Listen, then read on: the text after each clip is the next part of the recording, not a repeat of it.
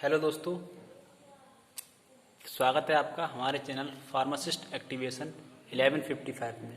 आज हम डिस्कस करेंगे अपने बी फॉर्म फर्स्ट सेमेस्टर में इनऑर्गेनिक केमिस्ट्री फर्स्ट सब्जेक्ट, जिसका हमारा टॉपिक रहेगा आज का ओरल रिहाइड्रेशन साल्ट्स।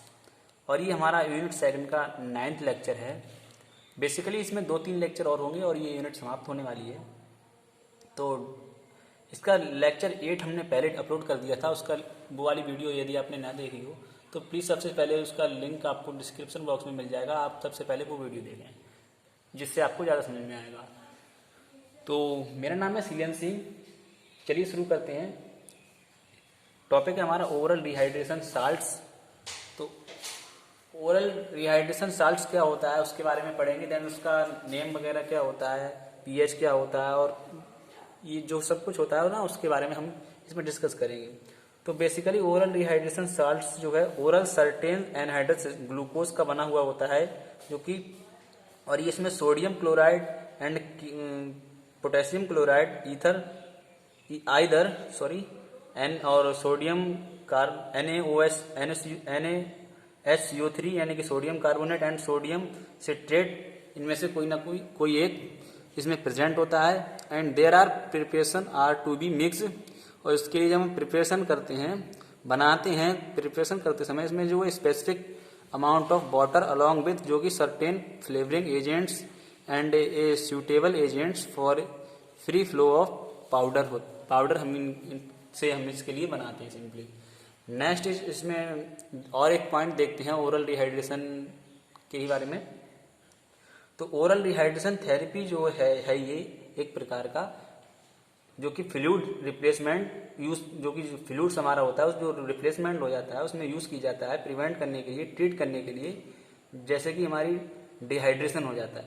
जैसे कि यानी कि ओरल रिहाइड्रेशन सॉल्ट बेसिकली ऐसा एजेंट्स होता है, ऐसा प्रोडक्ट होता है जिसे हम यूज करते हैं जो कि हमारी बॉडी में इलेक्ट्रोलाइट्स जो है इनबैलेंस हो जाते हैं और उनकी कमी हो जाती है, डेफिशिएंसी हो जाती है।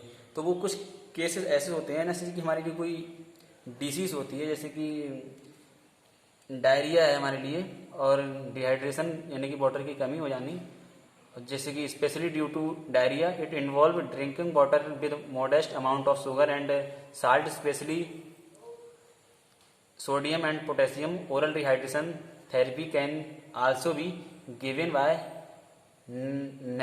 नेसोगैस्ट्रिक ट्यूब।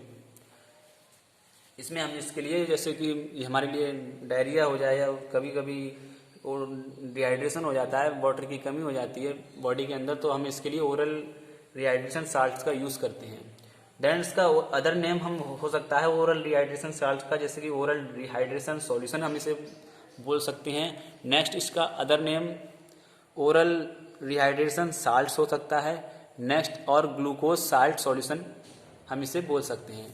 नेक्स्ट इसमें जो है वो है formula of ORS IP according, यानी कि ओरल रिहाइड्रेशन साल्ट का फॉर्मूला जो है IP के अकॉर्डिंग क्या होता है। ग्लूकोज जो हमारा होता है वो 40 gram and NaCl 1 gram and KCl जो है हमारा पोटेशियम क्लोराइड वो 1.5 gram and NaHCO3 sodium bicarbonate जो हमारा 1.6 ग्राम होता है।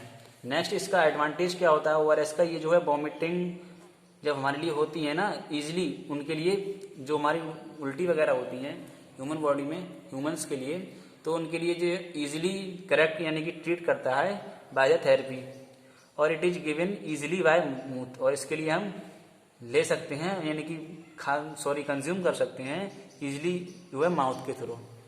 नेक्स्ट इसमें और देखते हैं जैसे कि फिजियोलॉजिकल एसिड बेस बैलेंस के बारे में। तो फिजियोलॉजिकल एसिड बेस बैलेंस क्या होता है, जैसे कि ऐसे हमारे बॉडी में फिजिकल्स जो जैसे कि मेंटेनेंस रखता है एसिड बेस को, हमारी बॉडी में जो कि पीएच वगैरह होता है उसके लिए मेंटेनेंस रखता है, उसी के लिए हम फिजियोलॉजिकल एसिड बेस बैलेंस बोलते हैं। जैसे कि ये maintenance of acid base balance, quantity of recovery for biochemical reactions in the body, यानी कि हमारी बॉडी में कुछ बायोकेमिकल रिएक्शंस होती हैं क्योंकि जो हमारी बायोकेमिकल रिएक्शन है वो वेरी सेंसिटिव होती हैं टू इवन स्मॉल चेंज, जिससे कि छोटा सा चेंज हो जाता है एसिड एंड बेस में। And acid base balance is a part of human homeostasis यानी कि जो एसिड बेस है ये पार्ट है हमारे होमोस्टेसिस का, ब्लड से हम कह सकते हैं, जो कि concern with the maintenance of pH, जो कि पीएच के लिए मेंटेन रखता है। नेक्स्ट जो है इसमें एसिड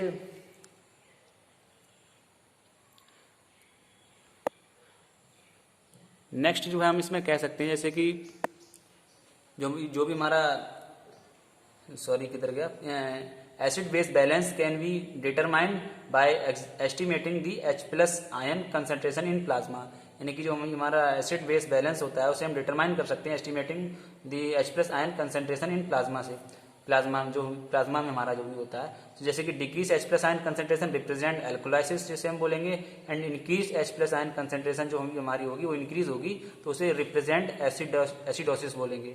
एंड कुछ हमारे फैक्टर्स होते हैं रिस्पॉन्सिबल, जो कि हमारे लिए रिस्पॉन्सिबल होते हैं एसिड बेस बैलेंस के लिए, जैसे कि massive production of CO2 and increase production of organic acid, excessive intake of acid producing substance and reduce carbon dioxide production in body and increase bicarbonate ion production and decrease H+ ion concentrations.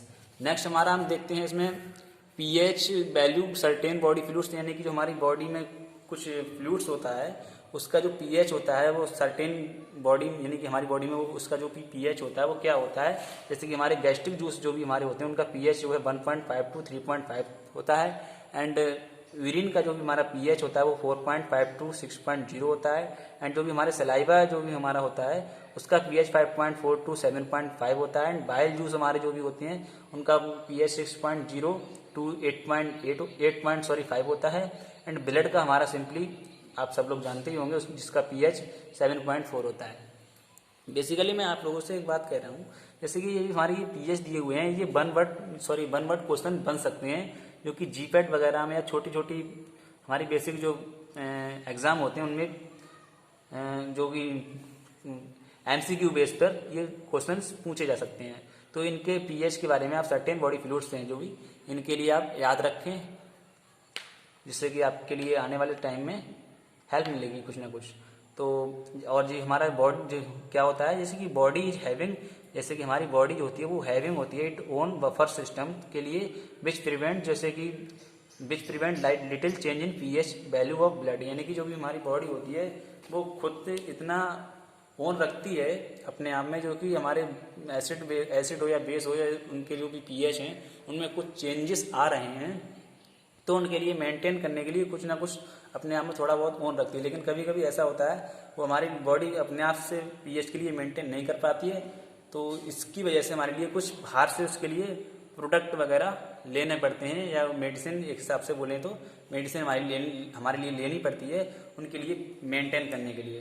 तो basically इतना ही है आज के lecture में। मिलते हैं जल्दी next lecture में और इससे अगले टॉपिक डिस्कस करेंगे। तब तक के लिए थैंक यू, गुड बाय।